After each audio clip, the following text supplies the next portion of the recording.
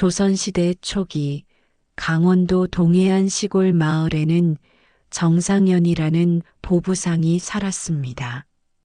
아버지의 대를 이어 보부상을 하는 그는 30대 중반의 건장한 남자로 정직하고 성실한 성품으로 동네 사람들의 존경을 받고 있었어요. 아버지의 거래 방식과 성품을 그대로 물려받은 그는 물건을 거래할 때도 지나친 폭리는 자제하고 신뢰를 중시하는 태도로 칭찬이 자자했지요. 어느 날 파도 소리가 잔잔히 들려오는 포구에서 어부들이 그물을 끌어올리고 있었습니다. 갈매기들이 울어대는 가운데 상현은 말에서 내려 포구를 내려다보았어요. 그의 눈에는 반짝이는 새우들이 가득 담긴 어선이 들어왔답니다. 저 새우들로 새우젓을 만들면 안성 양반가 잔치가 더욱 풍성해지겠구나. 상현은 혼잣말을 중얼거렸습니다. 포구로 내려간 상현을 본 어부들이 반갑게 손을 흔들었어요. 아이고 자네 오랜만이구만. 오늘은 또 무슨 일로 왔는가? 어부가 물었습니다. 새우젓을 좀 담그려는데 새우를 좀 보려고 왔습니다. 올해 새우가 유난히 좋다고 들었거든요. 상현이 웃으며 대답했어요. 어부는 자랑스럽게 가슴을 펴며 말했습니다. 그렇다마다. 이렇게 통통하고 싱싱한 새우는 임금님 수라상에 올려도 손색 없을 정도라네. 상현은 햇살에 반짝이는 새우를 하나 집어들고 자세히 살펴보았어요. 은빛 껍질과 탱글탱글한 속살이 정말 최고급이었답니다. 정말 훌륭하군요. 혹시 이 새우들로 새우젓을 담글 수 있을까요? 상현이 물었습니다. 물론이지. 우리 어촌마을 새우젓 솜씨는 조선 팔도에서 둘째가라면 서러울 정도 아닌가. 상현은 마음을 굳혔어요. 그럼 새우젓 100공기를 주문하겠습니다. 최상급으로만 골라서 담가주세요. 어부들의 눈이 휘둥그레졌답니다. 100공기는 정말 큰 주문이었거든요. 100공기씩이나? 그런 큰 주문은 처음인데. 어부가 당황하며 말했어요. 상현은 주머니에서 은전을 꺼내며 말했습니다. 걱정 마세요. 성금은 넉넉히 드릴 테니까요. 대신 품질만큼은 확실히 보장해 주세요. 그날 저녁 상현은 집에서 아내 춘하와 함께 저녁 식사를 하고 있었어요. 춘하가 걱정스러운 표정으로 말했습니다. 여보, 100공기는 너무 무리 아닌가요? 만약에 팔리지 않으면. 여보, 내가 언제 장사를 잘못해 봤겠소? 안성 양반가에서 큰 잔치를 연다는구려. 이런 기회를 놓치면 언제 또 오겠소? 상현이 자신감 있게 대답했습니다. 그래도 요즘 다른 보부상들이 당신을 시기하는 눈빛이 심상치 않아요. 춘하가 한숨을 쉬었어요. 상현은 춘하의 손을 잡으며 말했습니다. 정직하게 장사하면 하늘이 도와주는 법이요. 걱정하지 마시구려. 밖에서는 바람 소리가 거세게 들려왔고 창문 너머로 보이는 달이 구름에 가려져 있었답니다. 일주일 후 포구 근처에서는 어촌마을 아낙네들이 모두 나와 상현이 주문한 새우젓을 만들기 위해 새우를 손질하고 소금에 절이는 작업이 한창이었어요. 30년 경력의 새우젓 장인이 자부심 있는 목소리로 말했습니다. 정보부상 바보개. 이 색깔, 이 향, 우리 어촌 아낙네들이 전부 다 달려들어서 만들었네.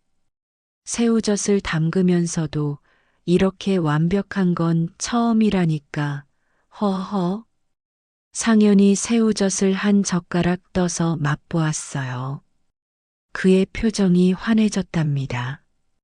이야, 이 맛이면 궁중의 진상에도 손색 없겠습니다. 상현이 감탄했습니다. 그렇다마다 새우도 최상품에다가 천일염으로 간을 맞췄으니까 말일세. 깔끔하게 포장된 새우젓 항아리들이 줄지어 서 있었어요.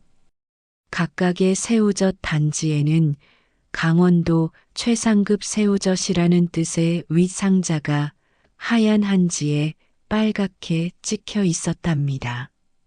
자, 이제 저는 이 정성껏 만들어진 새우젓을 가지고 안성으로 떠날 준비를 하겠습니다. 상현이 흐뭇하게 말했습니다. 상현이 이끄는 보부상 막내 점철이 조심스럽게 말했어요. 나으리 길이 험하니까 조심스럽게 운반하겠습니다. 그래, 점철아, 이번 행상이 잘 되면 내 너한테 새로운 나귀 한 마리 사주마.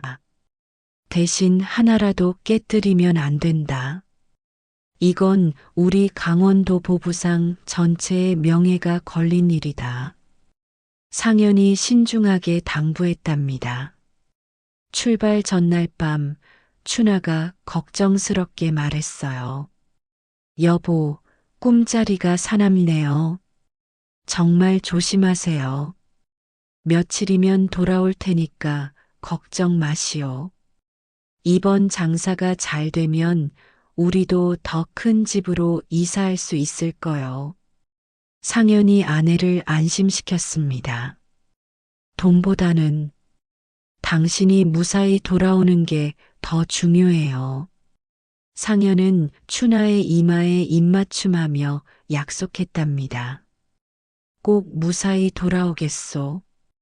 다음 날 오후 구불구불한 산길을 따라 새우젓을 실은 말들이 천천히 이동하고 있었어요. 상현과 하인들이 말을 끌고 가는데 해가 기울기 시작했답니다. 나으리, 해가 지기 전에 산골 여관에서 하룻밤 묵어가는 게 어떨까요? 막내 점철이 제안했습니다. 상현이 하늘을 보며 말했어요. 그래, 무리하지 말고 오늘은 여기서 쉬자꾸나. 허름하지만 깨끗한 산골 여관에 도착했을 때 주막 주인이 반갑게 맞이했습니다. 어서 오세요, 보부상님들. 오늘 묵어 가시나요? 그렇습니다. 방이랑 우리들 먹을 저녁상을 부탁합니다. 주막 한편에서는 30대 여인이 홀로 앉아 국밥을 먹고 있었어요. 그녀는 연하라는 이름의 여인으로 사내 같은 행색을 하고 있으면서 어딘가 범상치 않은 기품이 느껴졌답니다. 상현이 저녁 식사를 하고 있을 때 연하가 조심스럽게 다가왔어요. 실례합니다만 혹시 안성으로 새우젓을 팔러 가시는 보부상님 아니신지요? 연하가 낮은 목소리로 물었습니다. 어떻게 그걸? 상현이 의아해했어요. 연하가 급한 목소리로 말했습니다. 이 길로 새우젓을 팔러 가시면 안 됩니다. 누군가 계략을 꾸미고 있어요. 이건 계략입니다. 보부상님이 당할 겁니다. 상현이 놀란 표정을 지었어요. 무슨 말씀이신지. 처음 뵙는 분이 왜 그런 말씀을 하시는 것이오? 제가 누군지는 중요하지 않습니다. 하지만 정말 위험해요. 돌아가세요. 연하가 절박하게 말했답니다. 도대체 무슨 계략이라는 것이오? 구체적으로 말해 주시구려. 상현이 의심스럽게 물었어요. 아직은 말할 수 없습니다. 하지만 제발 믿어주세요. 연하가 고개를 저으며 말했습니다. 그러더니 연하는 급히 자리를 떠났어요. 상현은 그녀의 뒷모습을 멍하니 바라보았답니다. 막내 점철이 걱정스럽게 말했어요. 나으리, 저 여자 말을 들어야 하는 거 아닐까요? 상현은 고민한 후 단호하게 대답했습니다. 아니다. 이미 새우젓을 저렇게 많이 받아왔는데 저런 근거 없는 말로 장사를 포기할 수는 없지. 우리는 푹 쉬고 내일 새벽에 출발한다. 하지만 상현의 마음속에는 불안감이 자리 잡기 시작했어요. 밖에서 들려오는 바람소리가 유난히 을씨년스러웠답니다. 다행히 상현이 이끄는 보부상 일행은 무사히 산과 개울을 건너 무사히 안성에 도착했습니다. 상현의 내심 불안한 마음도 눈 녹듯 싹 사라졌지요. 내가 괜한 걱정을 했구나. 그 아낙네는 왜 쓸데없는 말을 했을까? 이틀 후 웅장한 안성 양반가의 사랑채에서는 큰 잔치 준비가 한창이었어요. 하인들이 분주하게 음식을 나르고 양반들이 속속 도착하고 있었답니다. 양반가 주인 김판서가 만족스럽게 말했어요. 이번 잔치 음식은 어떤가? 요리 담당 하인이 대답했습니다. 네, 나주댁 미나리, 안동댁 강고등어, 그리고 강원도에서 온 새우젓까지 최고급 재료들로만 준비했습니다. 그래, 수고했다. 각 지역에서 물건을 가지고 온 보부상들을 모두 부르거라. 내가 직접 물건을 살펴보고 물건값을 쥐어줘야겠다. 대감의 지시대로 하인들이 각 지역의 보부상을 마당에 불러 모았습니다. 그리고 각각 가져온 상품의 표본을 대감에게 직접 설명하라고 했습니다. 상현도 역시 불려나와 양반가 마당에서 새우젓 항아리들을 하나씩 열어 보이고 있었어요. 김판서님, 이 새우젓의 품질을 직접 확인해 보시지요. 상현이 자신감 있게 말했습니다. 김판서가 새우젓을 맛보더니 감탄했어요. 오, 정말 일품이로다. 이런 맛깔나는 새우젓은 처음이구만 그래. 허허허 이왕 왔으니 자네도 우리 집 잔치에 와서 밥 한 그릇 먹고 가게. 감사합니다. 저희 새우젓은 강원도 최고의 새우로 정성스럽게 담가 그 맛이 일품입니다. 상현이 기뻐하며 대답했답니다. 대금을 받고 상현은 흐뭇한 표정을 지었어요. 하지만 그는 몰랐답니다. 이미 누군가가 새우젓 항아리 중 몇 개의 이물질을 넣어 놓았다는 것을. 저녁이 되자 화려하게 차려진 잔치상이 펼쳐졌어요. 양반들과 고을, 사또까지 참석한 성대한 자리였답니다. 사또가 기분 좋게 말했어요. 김판서, 오늘 음식이 특별히 맛있구먼. 예, 사또 나으리.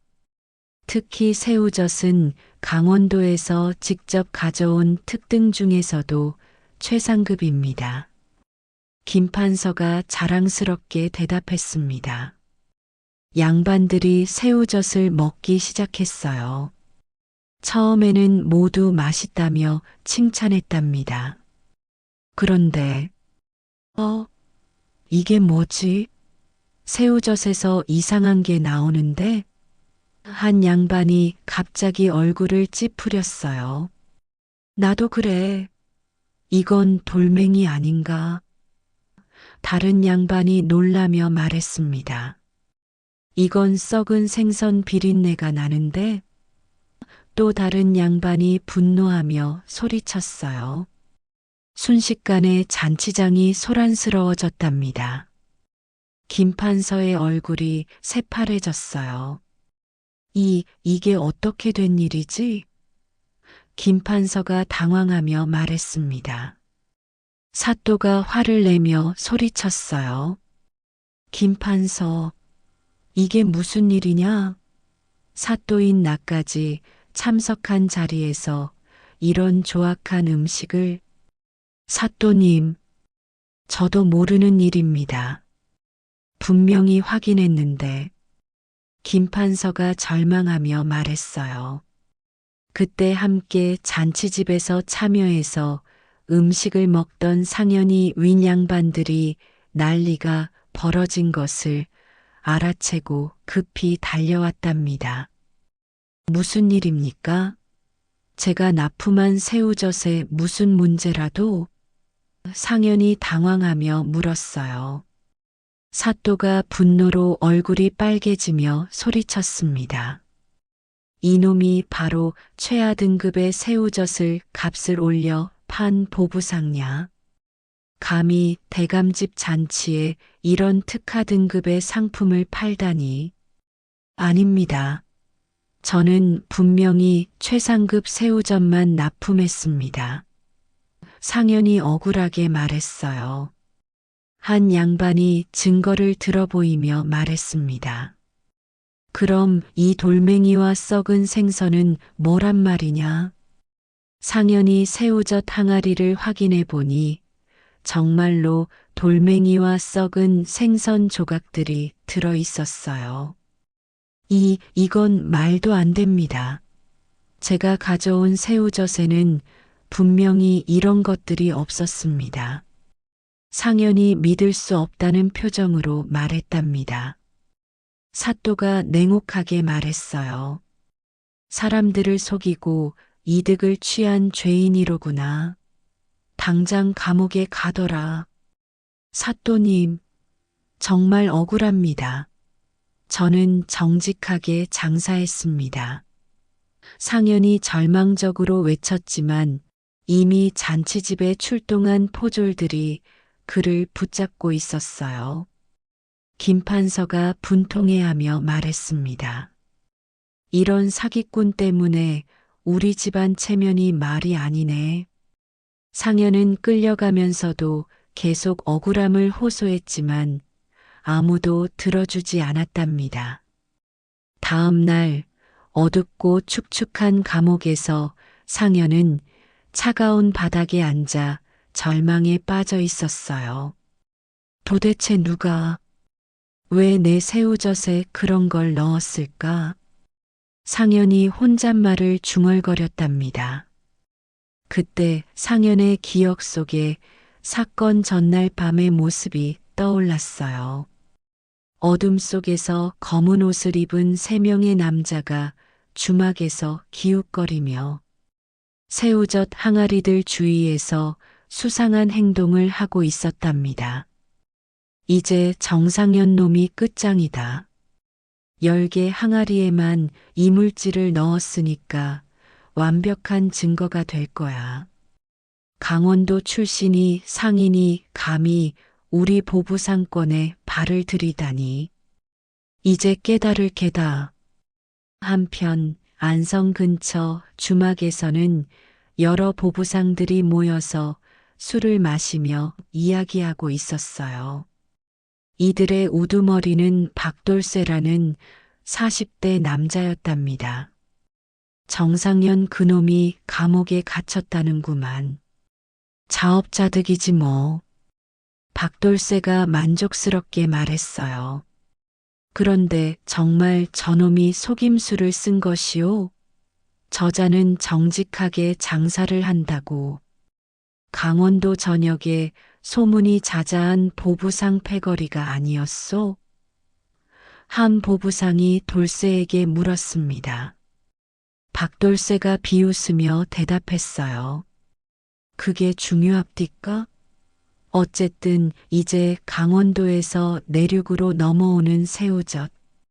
장사는 우리 보부상 세력이 독차지하게 될 것 같습니다. 으허허. 하지만 좀 찜찜하구려. 저자는 워낙 정직하기로 유명했는데 다른 보부상도 말했답니다. 찜찜하긴 뭘 찜찜하오. 장사는 원래 양육강식입디다. 살아남기 위해서는 수단과 방법을 가릴 수 없지요. 박돌쇠가 화를 내며 말했습니다. 그날 저녁 박돌쇠는 관아의 한 관리인 이서방과 은밀하게 만나고 있었어요. 돌쇠야 일이 잘 풀렸구먼 그래. 이제 강원도 새우젓 독점권이 당신들 차지가 되는 것은 시간 문제일 걸세. 이서방이 교활하게 말했습니다. 박돌쇠가 돈주머니를 건네며 말했어요. 이서방 나으리 정말 감사드립니다. 약소하지만 받아주십시오. 정상현 저놈은 곤장 맞고 투옥시킬 예정이니까 걱정 말게. 이서방이 돈을 받으며 말했답니다. 두 사람이 음험한 웃음을 지었답니다. 그날 밤 감옥 안에서 상현이 무릎을 끌어안고 절망에 빠져 있을 때였어요. 차가운 바람이 철창 사이로 들어왔습니다. 춘하야, 미안하구려. 내가 이번 장사 너무 욕심을 부렸나 보오.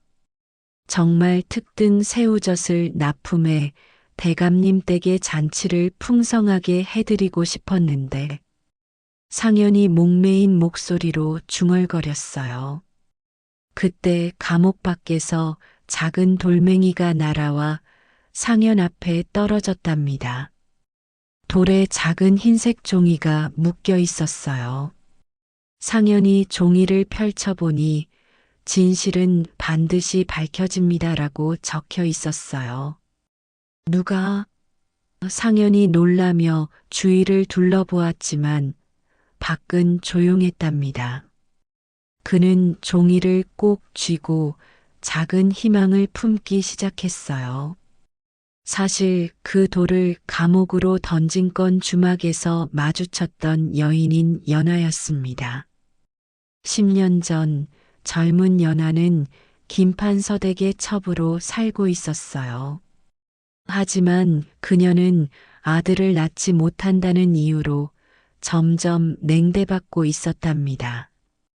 연하, 너도 이제 나이가 새로운 첩을 들이려고 하니까 짐 정리해라. 김판서가 차갑게 말했어요. 나리, 그동안 정성껏 모셨는데 연하가 눈물을 글썽이며 말했습니다. 후사를 잊지 못하는 여자를 두고 볼 순 없다. 나가거라. 김판서가 무정하게 대답했어요. 무작정 쫓겨난 연하는 길에서 굶주린 채로 쓰러져 있었답니다. 그때 강원도를 넘어 안성 지역에 물건을 팔러 온 보부상 정상연의 아버지가 나타났어요. 이복의 아가씨, 괜찮은 게요? 젊은 아낙네가 왜 이런 곳에? 상연의 아버지가 따뜻하게 말했습니다. 제가 며칠을 굶어서 연하가 약한 목소리로 대답했어요. 어서 주막으로 갑시다. 국밥부터 먹어야겠구만. 상연의 아버지가 연하를 일으켜 세웠답니다. 주막에서 상연의 아버지는 연하에게 따뜻한 국밥과 쉴 곳을 마련해주고 주모에게 엽전으로 값을 지불했습니다. 그리고 떠나기 전 연하에게 엽전 10량과 작은 새우젓 단지를 내밀었습니다. 이 돈으로 당분간 지낼 곳을 찾아보시오. 그리고 이 새우젓은 우리가 강원도에서 직접 가져온 것이오. 우리는 장사치이기 때문에 줄 것은 돈 몇 푼과 이 새우젓 뿐이구먼. 상현의 아버지가 말했습니다. 연하가 엽전과 작은 새우젓 옹기를 받아들고 눈물을 흘렸어요. 정말 감사합니다. 이런 은혜를 어떻게 갚아야. 연하가 감격하며 말했습니다. 은혜라니. 어려울 때 서로 도와주는 게 사람의 도리 아니겠소? 상현의 아버지가 따뜻하게 대답했답니다. 현재로 돌아와서 연하는 산골 여관에서 상현의 사건 소식을 듣고 있었어요. 안성에서 보부상이 가짜 새우젓 팔다가 감옥에 갇혔다더군. 주막 손님이 말했습니다. 혹시 그 보부상 이름이 어찌 되오? 연하가 놀라며 물었어요. 정상연인가 뭔가 강원도에서 온 놈이라던데. 연하의 얼굴이 창백해졌답니다. 정상연. 그때 날 도와주신 보부상의 아들. 내가 그날 주막에서 가지 말라고 그리 말렸건만 안성에 가서 기어코 이 사단이 났구나. 이러고 있을 때가 아니야. 내가 도와야 해. 연하가 마음속으로 결심했어요. 그날 밤 연하는 달빛을 등불 삼아 몰래 김판서 집 담을 넘어 곳간 주변을 탐색했답니다. 아녀자의 몸으로는 큰 결심을 하고 들어간 것이지요. 그리고 곳간 주변에서 달빛에 비친 반짝이는 새우젓 항아리 조각들을 발견했어요. 이상하네. 왜 이런 항아리 조각들이. 연하가 중얼거렸습니다. 조각들을 자세히 살펴보니 억지로 돌멩이를 넣고 다시 봉인한 흔적이 있었어요. 항아리의 특상품을 알리는 위상자의 흰 한지도 훼손되어서 누군가 항아리를 일부러 열었다는 확실한 증거가 되었지요. 이건 누군가 고의로 훼손한 거야. 연하가 깨달았답니다. 그때 뒤에서 발자국 소리가 들렸어요. 연하가 재빨리 숨었습니다. 증거는 다 치웠나? 고을 관아의 아전 이서방이 하인에게 말하고 있었습니다. 물론 입죠. 나으리 분부대로 추가적으로 30개의 항아리에 이물질을 넣었습니다요. 그것도 티 안 나게 살짝 넣어서 감쪽 같을 것입니다요. 그래 수고했다. 지난번 주막에서는 보는 눈이 많아서 옹이 몇 개에만 넣어서 내심 불안했었다. 이제 30개나 더 추가됐으니 내일 관아에서 조사하면 꼼짝없이 불량품인 게 판명나겠지. 이서방이 대답했습니다. 이 대화를 곡간 뒤 가만히에 숨어서 연하가 조심스럽게 듣고 있었습니다. 지난번에 주막에서부터 이물질을 넣었고 오늘 추가적으로 더 넣었더라. 이 증거로 상현님의 억울함을 풀 수 있겠어. 연하가 결심을 다졌습니다. 다음 날 관아에서 상현의 신문이 있었습니다. 북소리가 둥둥 울리는 가운데 많은 백성들이 관아 마당에 모여 있었어요. 상현이 곤장을 받기 위해 끌려 나왔답니다. 죄인 정상현, 사기 행각으로 양반가와 사또님께 누를 끼친 죄로 곤장 50대에 처한다. 아전이 큰 소리로 외쳤습니다. 저는 억울합니다. 정말 정직하게 장사했습니다. 상현이 마지막까지 호소했어요. 군중들 사이에서 웅성거림이 일어났답니다. 어떤 이는 동정하고 어떤 이는 비난했어요. 저렇게 간절히 억울하다고 하는데 혹시 정말 누명 아닐까? 한 구경꾼이 말했습니다. 아니야, 증거가 확실하잖아. 새우젓에서 돌멩이까지 나왔다고 하던데. 다른 구경꾼이 대답했어요. 곤장을 들어올리는 순간 갑자기 군중 사이에서 연하가 나타났답니다. 잠깐요. 연하가 큰 소리로 외쳤습니다. 무엇이냐?